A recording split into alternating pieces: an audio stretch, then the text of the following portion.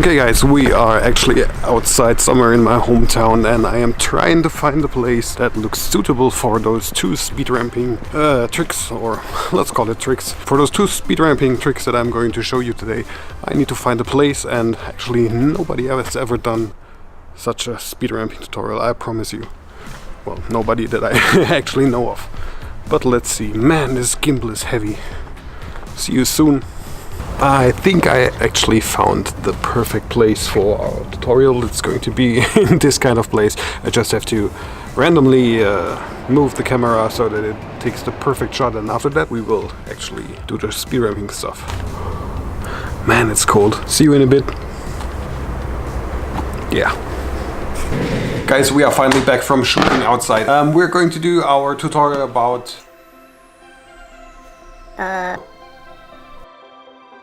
speed ramping today. It's 3-Minute Monday and it's a speed ramping tutorial. So I would actually say let's start editing on the PC and have a fun time. So guys, we are now actually in Premiere and are going to speed ramp the shit out of the clips that we have recorded before. First method that I'm going to show you is actually pretty cool, and it's an in-camera technique that is not often used in today's filmmaking. But I have already prepared the clips for you. You're actually going to make the speed ramp process inside the camera with your actor, and that's actually the one trick that nobody ever uses. So the actual trick is you run very fast, and then at the right moment you become slow, and when it's time to become fast again, you actually become fast again. But that is actually a technique that not all actors can pull off, so there's also a second method that can be done by PC only. I'm going to show it to you now. But before doing that, you actually have to do one thing for yourself, and that's record your footage at the max FPS that you can get. In my case, it was 100 frames per second. In your case, it could be 120 frames per second. That's optimal. We are now going to interpret our footage that we have recorded. That's pretty easy. You right click onto your footage, go up there, and then just click on interpret footage, where you can actually set the frames per second. In my case, that's 25, that's normal speed. In your case, it would actually, or could actually be 24 frames per second. This actually doesn't mean that it kicks out some of the frames that you recorded, but it interprets the footage into a new frame rate, and it keeps everything as smooth as possible. After that, you double click onto your footage and you have two options available. The first option is actually only import the audio, and the second option is import the footage alone. We are only going to import the footage because we don't need the audios to be slow motion. So you just drag the icon onto your timeline and there you go, you have your slow motion footage imported without doing anything. So I have already cut the clip and I am now searching for the perfect scene to put the slow motion down, and I think that's actually the money shot that we have right here. After finding the right point for your slow motion, you actually put the line a bit up so that you can actually see the speed graph on it. And then there's this small FX icon. You click with a right click on it, go to time remapping and then speed.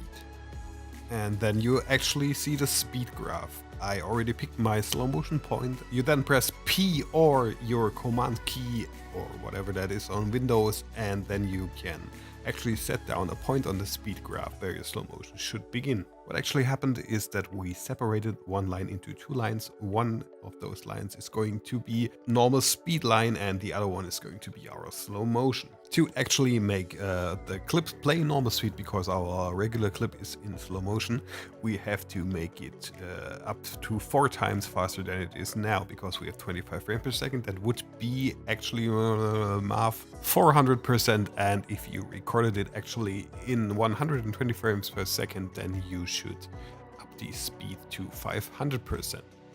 So after pre-rendering the clips, we now have normal footage, and then suddenly, bam, slow motion. But you may ask yourself, what are actually those two blue triangles up there in the corner? That's really a good question. Those are the actual speed ramping tool, and if you click on them, you can actually smooth out the footage. That's one of the cool features of the Premiere speed ramping tool, that you can actually smooth the footage so that it gradually moves from normal speed to slow motion. And here we have the final clip of the speed ramp tutorial that we're going to do.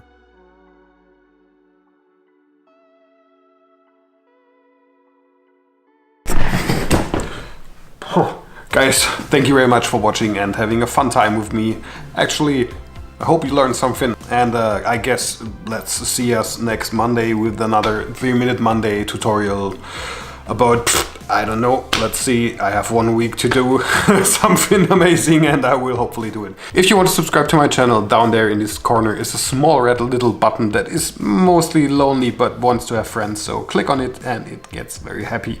I hope to see you next Monday with another tutorial here on my channel LeechTM. I was the actual Leech, and I guess see you next Monday.